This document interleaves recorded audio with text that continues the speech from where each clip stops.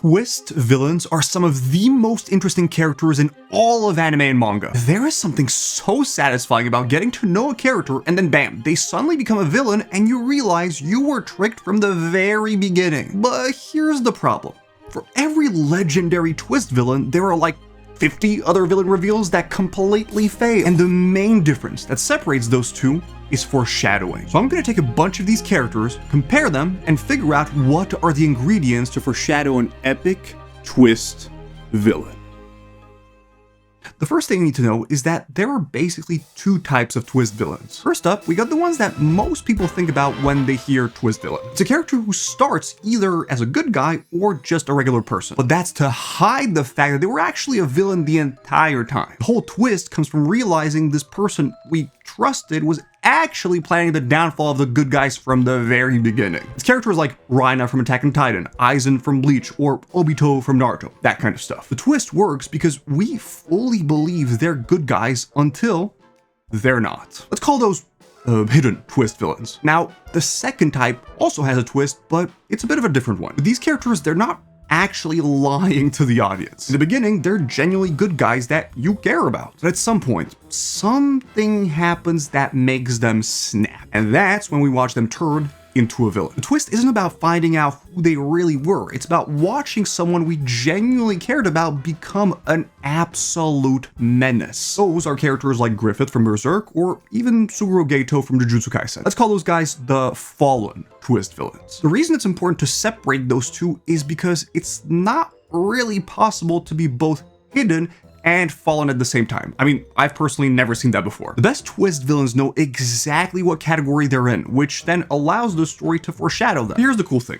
There are rules that actually work for both of them, just with their own little twists. Number one, I think that every kind of Twist villain needs to be an important character before the twist. Let's look at Aizen from Bleach. In this story, he's a captain in a super important place called the Soul Society, which already makes him a pretty big character right from the start. Before we find out he was the ultimate mastermind pulling all the strings, my man was literally one of the most respected dudes in the entire series. Everyone looked up to him, especially that girl called Momo Hinamori, which led to some, very unfortunate moments. As viewers, we saw this dude very often, and every time we did, we thought, okay, he's one of the good guys. It makes sense. There's even this moment where he pretends that he was slain, which was really shocking and made him feel even more important to the story. I mean, this event basically completely changed where the series was going. If you took Aizen out of that arc, the story just wouldn't work. He wasn't the main character, but he was still pretty important. That's why when this sneaky piece of garbage comes back and reveals that he was the big bad villain orchestrating everything,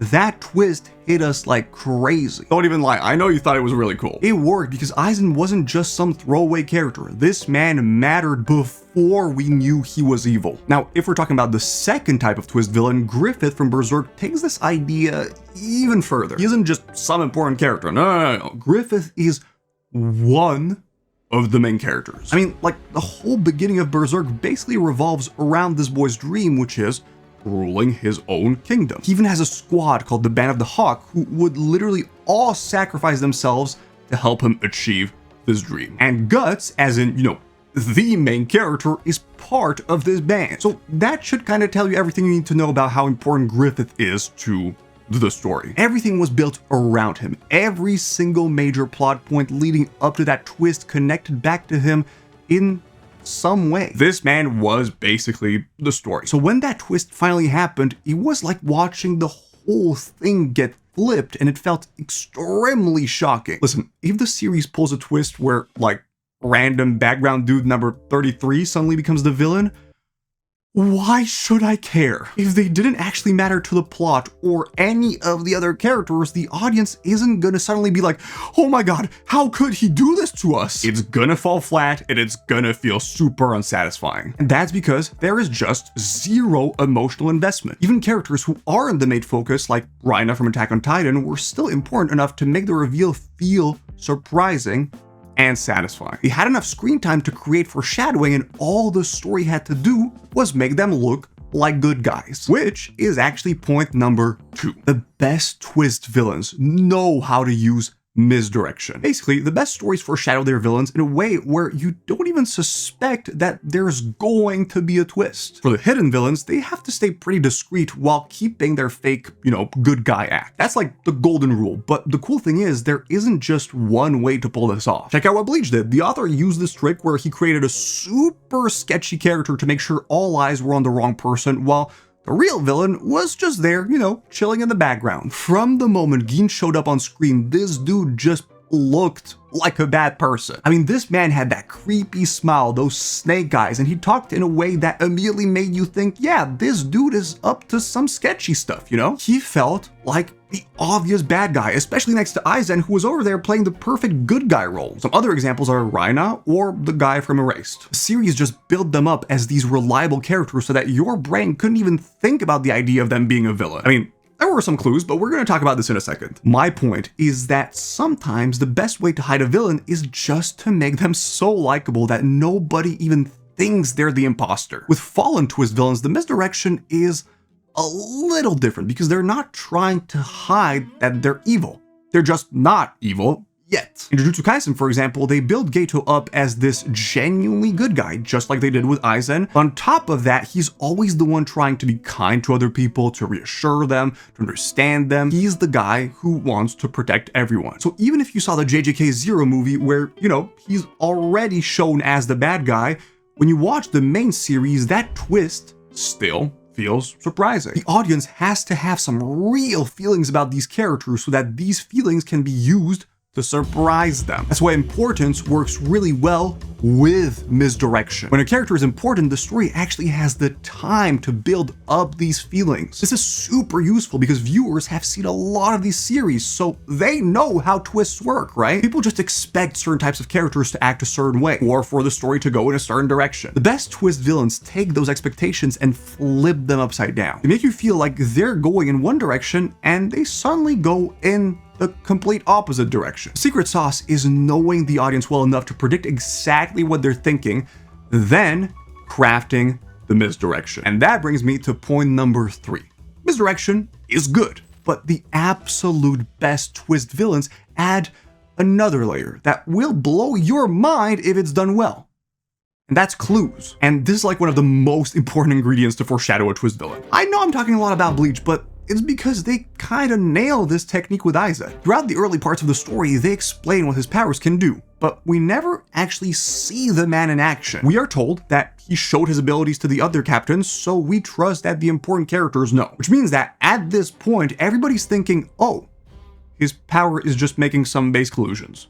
Cool. But after that twist drops, Aizen reveals that he can actually manipulate everything you experience, what you see, what you hear, what you touch, even what you freaking smell. And the craziest part is that the reason he showed it to the other captains is because that's the way he activates this ability. As soon as they saw him pull out his sword, it was already too late and he could just manipulate everyone. That's why when everybody saw his body pinned to the wall, they genuinely believed Aizen was donezo. The clue was in front of us the whole time.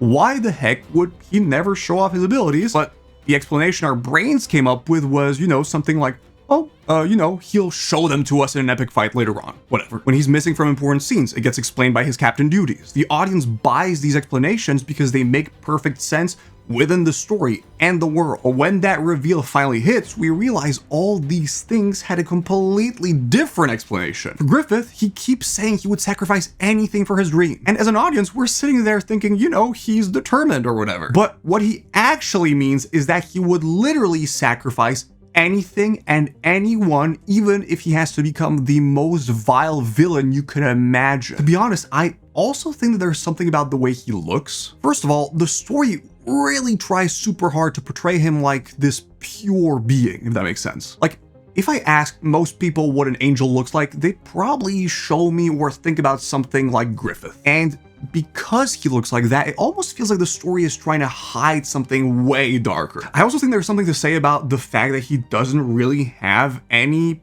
facial expressions. He always has a super calm and collected face, which kind of makes you feel like he's constantly scheming. The thing that I find genuinely kind of scary is that the difference between great clues and terrible clues is honestly pretty thin. If the clues are so obvious that anyone can see the twist coming, then the reveal is going to feel super unsatisfying. On the flip side, if there are barely any clues and the story just misdirects the audience the whole time and then suddenly drops, surprise, the character was evil all along, that's gonna feel like it came out of nowhere, and people are gonna be super confused. The satisfaction of a legendary twist comes from the audience having that what moment where they realize they had all the pieces of the puzzle this entire time, but just didn't put them together. It's about finding that perfect balance. The clues should be obvious when you look back, but subtle enough that in the moment, people don't immediately connect the dots. That's when the audience is gonna think, huh, I should have seen this coming, but I'm not even mad because that was awesome. And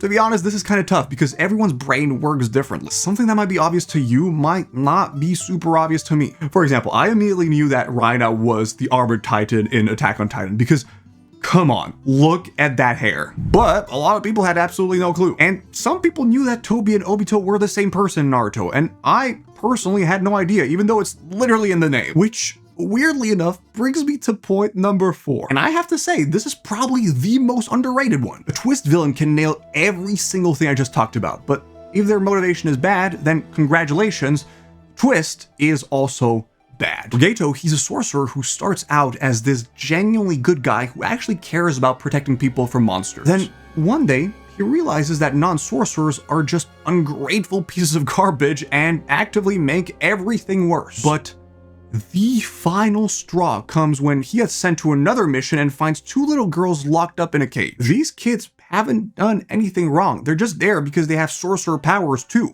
That's it. Geto completely snaps. He looks at the situation and makes a decision. The world would be infinitely better if only sorcerers existed. And he's going to make that happen. For Griffith, one of his most important allies is Guts. But more than that, he might actually be the only friend this guy has ever had. But then, Guts decides he wants to have his own path in life. And before he leaves, he defeats Griffith in a duel. And he completely loses it. This dude, who always seemed so composed and in control, just quietly shatters inside. Not only has he never really felt the sense of defeat, one of the only people he respected decided that his path was more important to follow than Griffith's dream. And in his desperation, he makes the dumbest possible move. He seduces the king's daughter, gets himself arrested, thrown in prison, and his body is destroyed. But then these evil gods show up and give him a choice that's absolutely horrifying. Stay a broken failure forever, or sacrifice everyone who followed him to get insane powers and achieve his dream. For Aizen, this guy's goal was literally becoming a god. But here's why his whole fake nice guy act actually makes sense. He needed access to Soul Society's most classified info. On top of that, he needed time. Like years and years to experiment with his weird science project and orchestrate this insanely complex plan. And most importantly, he needed to be in a position where the most powerful people in this world wouldn't be trying to stop him. And the only way to pull all of that off was to become a captain and stay completely hidden. The point is not for people to root for your villain or make them believe they're doing the right thing. What you want is for the audience to go, oh, I kind of get why this person thinks this is their only option. You want their actions to feel like they make sense, not like the author just pulled something random. Foreshadowing a great twist villain is honestly one of the most brutal challenges out there. But when a series nails it, there is almost nothing that can beat the feeling of that reveal. All the clues come together, all the planning unravels, and all the pieces of the puzzle simultaneously hit you.